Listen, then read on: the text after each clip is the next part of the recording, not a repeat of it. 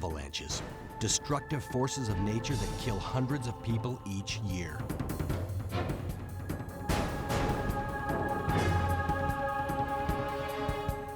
If you're caught in one of these giant snowslides, tumbling, drowning underneath a wall of snow, a dog's wet nose may be the best sight you've ever seen, and your best chance to make it out alive. Ryan, he's not breathing very good. Can you hear me? Ryan, can you hear me?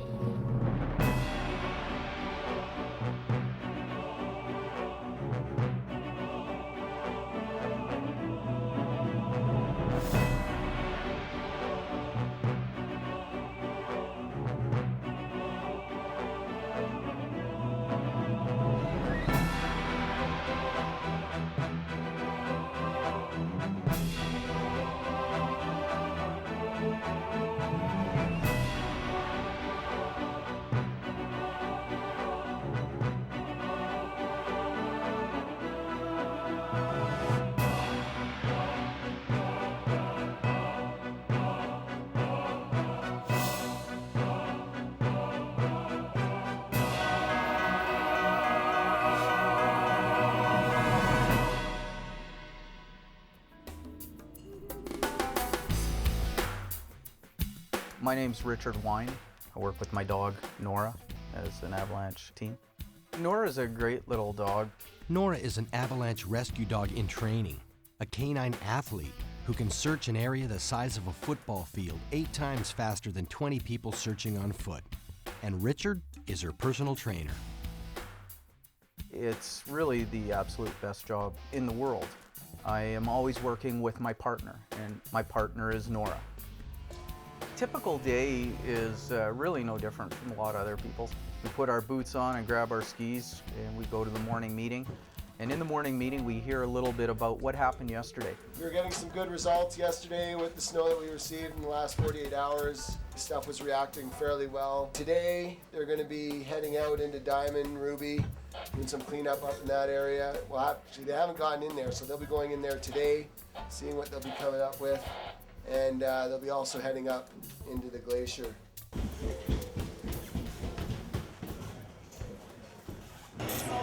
So after our latte, off we go.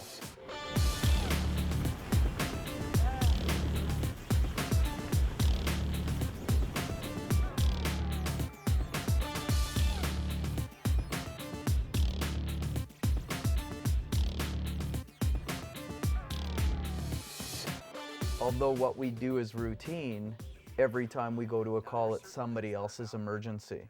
The ski patrol gets 10 to 20 calls like this every day. Go ahead, Richard. Hey Damo, we are about to leave scene. We will require EHS to base 2, mid-load 1. All right, Linda, we're on our way. Hello! Hello! Oh, it's chaos! Nora is in her kennel during this call. They don't want her to risk getting injured on the mountain. She needs to be rested and healthy in case there's an avalanche. All right, I'm gonna get a little speed here, Linda. Hang on. Here we go. Linda gets a toboggan ride to an ambulance waiting below. At times, it can be a very stressful occupation. I have a great tool to help me manage stress, and her name's Nora, and she's a little white dog. I can play with Nora, and I have a fantastic outlet. This is Linda. It's a knee injury. She fell, heard and felt a snap and a pop.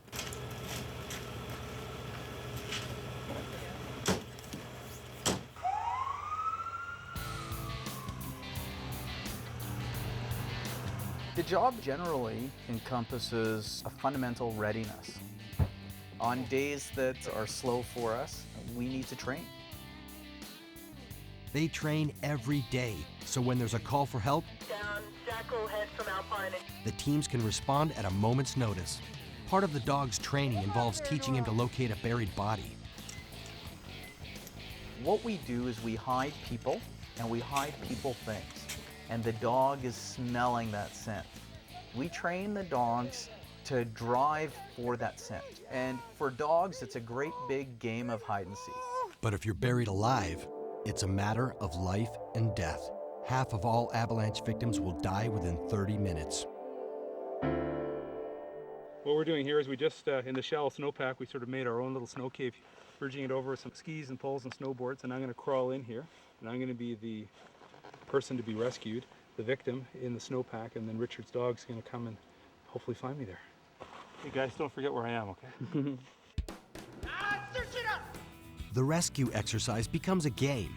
The dogs quickly learn that digging is the fastest way to find a person, and then they get to play.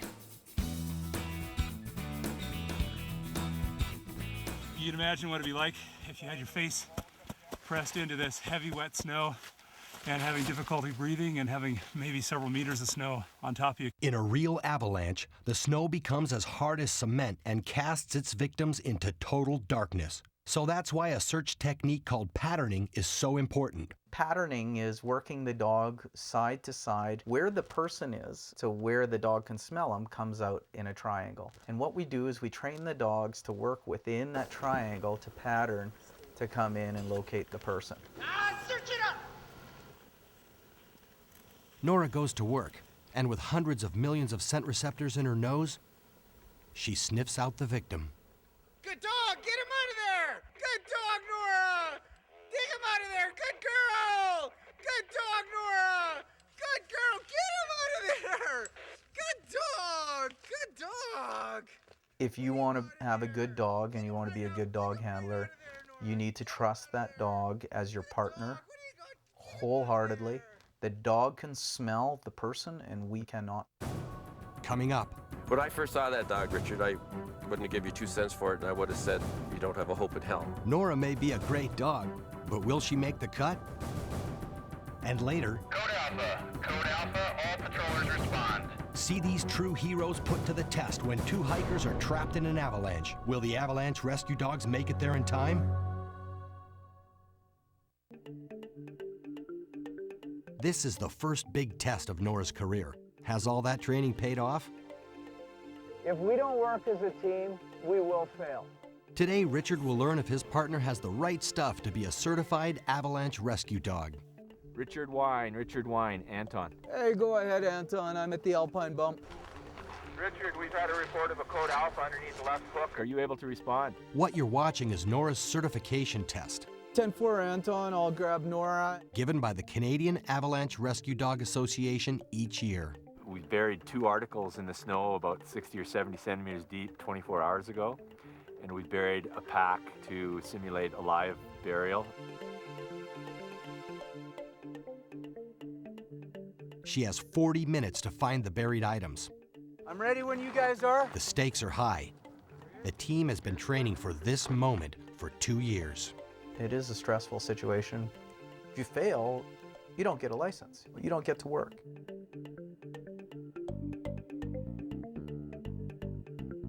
If we do fail, it will be a terrible, terrible thing. But I have great confidence in this dog. All right, hey, what happened, buddy? The test begins. A party of skiers has been hit by an avalanche. Richard gets the details from the only survivor. The man in the red jacket says his friends have been buried for about 10 minutes. Here. Don't even about 10 minutes. 10 minutes, I can see your buddy ski. Where was the last point you saw him? That's okay, you stay here. Nora, search! Hey, search! The clock is ticking. Where was the last place you They're saw all your buddy? sitting, they were skiing down. I was videoing them, and all of a sudden I had to run. There's a big cloud of snow, and I looked back, and they're all gone. All right, were they wearing transceivers? Yeah, Oh, excellent. I'm going, my transceiver is going on to search mode. Nora, search! Nora picks up the scent. Got a positive indication here. Pull it right out of there, Nora. Get it out. That's a girl. This guy looks like a packhead. Is this guy alive? He's fine. We'll look after him. Keep going. Nora finds the first victim, but there are others still trapped underneath the snow. Sit. Stay. He's using a lot of obedience commands. Not the best idea. Nora, search! I have a probe strike on her last area of interest. You know, help her dig. She didn't have the pursuit on it, though. What do you got in there? Get it out of there. Hey, is this your buddy? It's good. Come on down. Never. It's not an obedience exercise, and she's because you're doing that, she's always looking to you for direction. She's becoming handler bound. Oh, I'm telling the dog to do too much. The sit, the stay. Richard coached me on that yesterday, and I didn't listen properly. When I first saw that dog, Richard, I wouldn't have given you 2 cents for it, and I would have said you don't have a hope in hell. Now, if you brought her this far, which I'd say is about 50%, she's a good dog, but she's not great. But I'm confident you can build up the rest. No, she's got potential, so just keep working on it. Nora passes the test because she found the 2 buried items, but she's got some work to do. One of the reasons I'm really happy with the validation is it was very clear when Nora was working. It was very clear when Nora wasn't working. All of those things were very concise and readable, and that's something that we're looking for in our validated teams. The greatest satisfaction we could ever have in our career is to find somebody and rescue them and save their lives. When Mother Nature packs a deadly punch, every second counts. Later in the show, 2 friends went for a hike in a canyon, but never returned home. Watch these canine heroes as they battle the clock and the mountain in the race to save lives.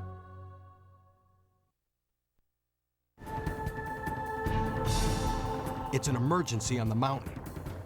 A skier has taken a spill and lies unconscious.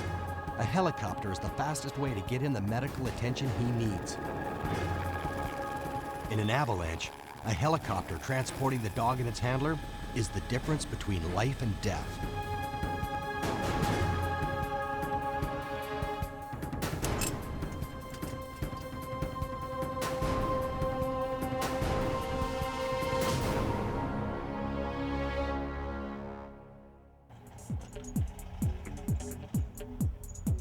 First thing this morning here at the hangar, we're going to do a bit of a training mission, and we call it HETS. Scott is our trainer today, and he's also going to be our safety guy. He's going to be watching our back. Take me up, right? Nice big Y signals. Take me down. You take me to a specific spot, point to that spot where you want to go, and hold me level. And abort mission is star or slump position. Any questions? Let's rig up. If there really is no appropriate place to bring the helicopter close to the ground, we can do something called HETS, and that's where the dog and I are on the end of a long line hanging from the bottom of the helicopter. The helicopter would then just lower us into where we need to go. Nora and Rich must be ready to fly at any time. The dispatchers will send out a page to us that there's an avalanche. Double entry tracks, no exit tracks. 10-4, we got 2 patrollers and a dog team heading that way. Time to go. We need the dog. We need you. Move quickly. Remember, after 15 minutes buried underneath the snow, your chance of survival drops dramatically. Helicopters are the fastest and sometimes the only way to save lives. Training becomes critical. As we come into a hover, that's actually one of the times that we're most at risk because the helicopters operate better moving with some speed. These helicopters can travel as fast as 140 miles per hour. They slow it down to about 80 when the rescue team is attached. If I put out my arm in one direction, that'll cause me to spin this way. If I put out my arm in another direction, that can cause me to spin this way. And at times, if we do get a little bit of a spin, I may need to put my arms out to grab some air to stabilize a little bit. One of the big benefits of using helicopters, not only beyond the speed, is the dog is rested. The dog doesn't have to run through the snow. And if I was buried, I would want a well-rested dog looking for me. There we go. That's a little better balance. Helicopters are an important part of an avalanche dog's training. They need to be comfortable with the sights and sounds of the chopper so that flying becomes natural. Nora loves it. She loves the heights. Right now, up in the air, it's about -8 degrees. We'll be traveling at 80 miles per hour. It's going to seem like it's about 30 below.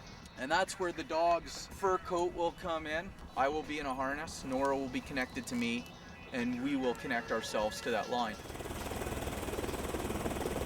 The long line system is designed to hold thousands of pounds, so lifting a dog, his handler, even victims is no problem.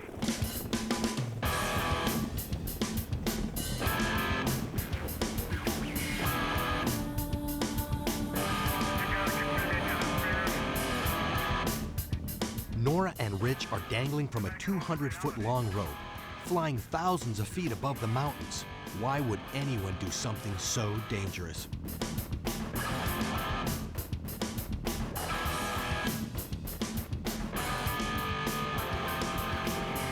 The team flies outside the helicopter so they can reach the avalanche site before it's too late and rescue the victims even when the helicopter can't land.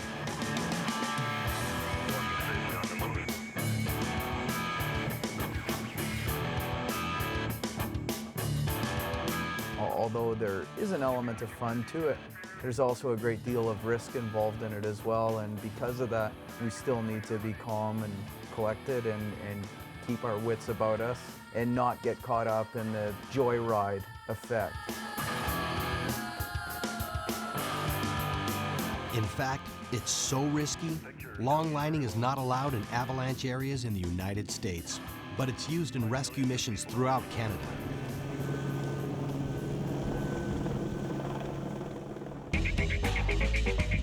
Danger comes with the job. In addition to long lining, sometimes the ski patrol launches a preemptive strike, intentionally triggering a slide with an explosive so they can control the size and frequency of avalanches. Everyone else is trying to avoid them, and we're trying to start them. If an avalanche happens, that means usually that more avalanches are going to happen. Great part of being an Avalanche dog team is being there to rescue our colleagues. Ski patrollers are the most likely people to be caught in avalanches. Rich has survived 3. Others have not been so lucky. When the White Death strikes, will it be a rescue or a recovery? The helicopter can be the difference between life and death. Half of all avalanche victims will die in half an hour. We'll take you inside an avalanche rescue when we return.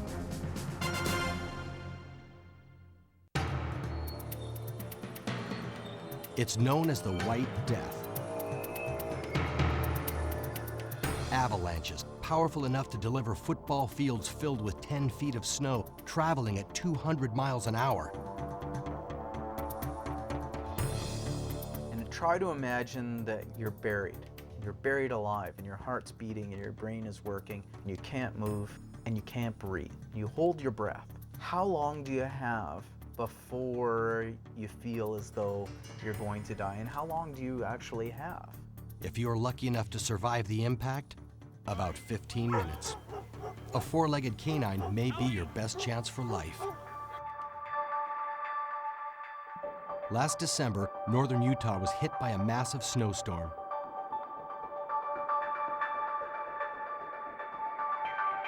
I showed up at work that morning and like a typical day going into the office. My partner Jimmy had gotten there before I did, and when I got into the office, he had told me that there's 2 missing snowshoers in Big Cottonwood Canyon last night. Dean Cardinell started making phone calls, alerting other ski resorts that 2 men were down. Okay, we'll see you there as soon as we can. 59-year-old Bruce Quint and his buddy, 32-year-old Melvin Dennis, had gone for a hike in a narrow part of the canyon. The storm had passed. The avalanche warning had ended the day before. They thought it was safe. But when night fell, the 2 men never returned home. It was the lead story on every newscast in town. Code Alpha, all patrollers respond. When they do a call out, then we know we're going to send as many dog teams as we can. Cardinell grabbed his gear and his dog Midas, a 5-year-old German Shepherd, and headed for the mountain.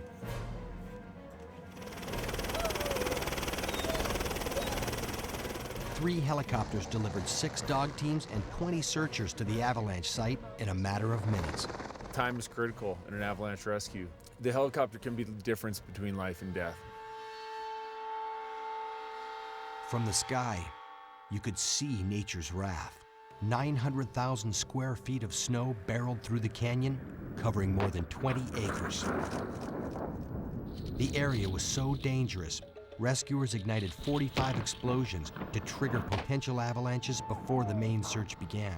I wasn't willing to go up that canyon this morning until they bombed all those avalanche paths. They did a quick search of the area, and they noticed on the trail way up that they had 2 sets of snowshoe tracks going side by side. And then as they went up the drainage, maybe 2-hour hike, 2 sets turned into 1 set, and then snowshoe tracks went into the debris pile and didn't come out the other side. Quint's family held out hope. He was an experienced hiker and was planning on scaling China's highest mountain the following year. I think that we feel that Bruce isn't gone, he's just not here with us right now. But hope turned to despair when Midas found something. Search! After we had searched for about 25 minutes, half hour, Midas indicated on a spot where he'll just dig down, put his noses in and dig down. Cardinal flagged the spot while searchers began probing the area. 4 feet down, about 3 miles from where the snowshoers had parked, Midas discovered the first victim, Melvin Dennis. Further up the trail, the Avalanche Dog found Bruce Quint, buried under 8 feet of snow. His widow was thankful her husband was home. Bruce is doing exactly what he wants to do, and he's right where he should be. It's a real feeling of success. We're really proud of the dogs, and we're also really proud of the search parties and the team members that put it together. You live life to the fullest, and you do what you want to do and do it well, because you never know what's going to happen tomorrow. This time, Midas could not save a life. Instead, he brought closure to a grieving family. In avalanche zones, where man and mountain converge, that's an invaluable gift.